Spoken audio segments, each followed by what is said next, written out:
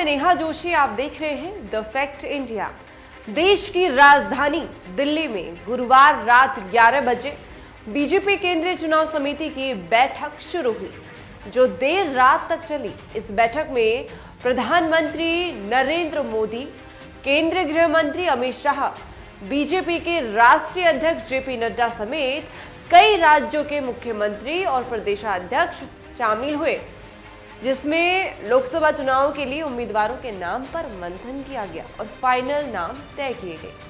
आज या कल जारी भी हो सकती है लिस्ट। सूत्रों की माने तो बीजेपी ने इस मीटिंग में 100 से 120 लोकसभा सीटों पर उम्मीदवार फाइनल कर दिए हैं, जिनके नामों की पहली लिस्ट आज या कल जारी की जा सकती है। बताया ये भी जा रहा है कि इस लोकसभा चुनाव में बीजेपी नए चेहरों को मौका देने वाली है, जिसमें ज्यादातर महिलाएं और युवा होंगे। इस बार बीजेपी का फोकस 2019 और 2014 के लोकसभा चुनाव में हारी हुई सीट जीतने में है। इसके लिए गहन विचार मंथन किया जा रहा है।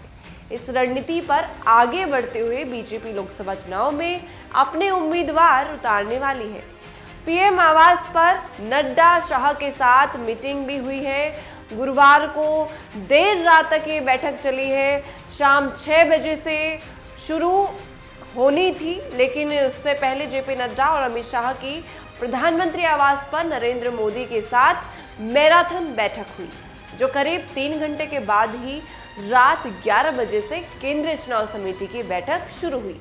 इस बैठक में पहले उत्तर प्रदेश, पश्चिम बंगाल, राजस्थान, मध्य प्रदेश जैसे राज्यों की लोकसभा सीट पर विचार मंथन चला और उम्मीदवारों के नाम फाइनल किए गए।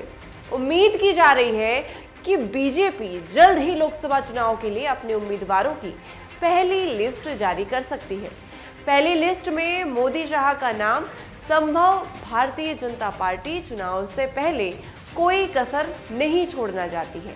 ऐसा इसलिए भी है क्योंकि प्रधानमंत्री नरेंद्र मोदी ने चुनाव के लिए 370 सीट का टारगेट सेट कर दिया है। इस लक्ष्य को पाने के लिए बीजेपी नेतृत्व बैक टू बैक बैठकें कर रहा है। यही नहीं, पार्टी आज या कल 100 से ज्यादा उम्मीदवारों की पहली लिस्ट भी जारी कर सकती है। इस सूची में नाम किसका होगा, ये काफी महत्वपूर्ण होने वाला है। बहरहाल, जानकारी के अनुसार पहली लिस्ट में प्रधानमंत्री नरेंद्र मोदी, गृह मंत्री अमित शाह का नाम शामिल हो सकता है। यही नहीं, पार्टी रणनीति के तहत खास उन सीटों पर भी उम्मीदवारों के नाम का ऐलान कर सकती है जहां उसे कमजोर माना जाता रहा है।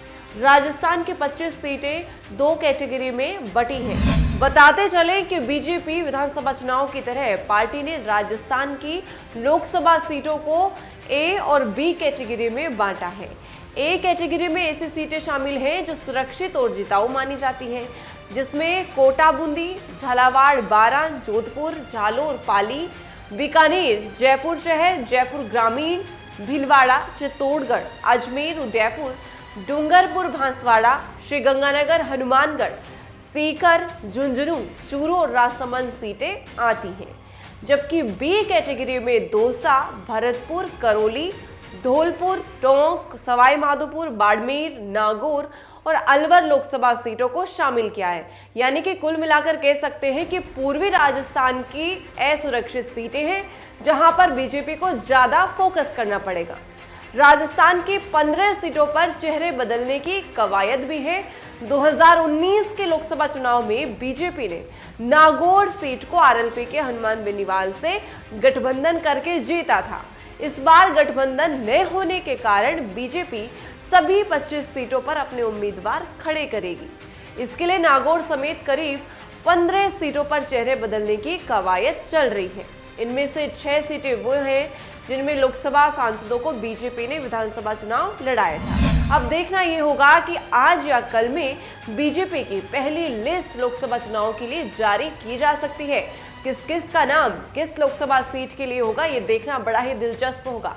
ऐसी तमाम जानकारियों के लिए बने रहें द फैक्ट इंडिया के साथ। मैं नेहा जोशी।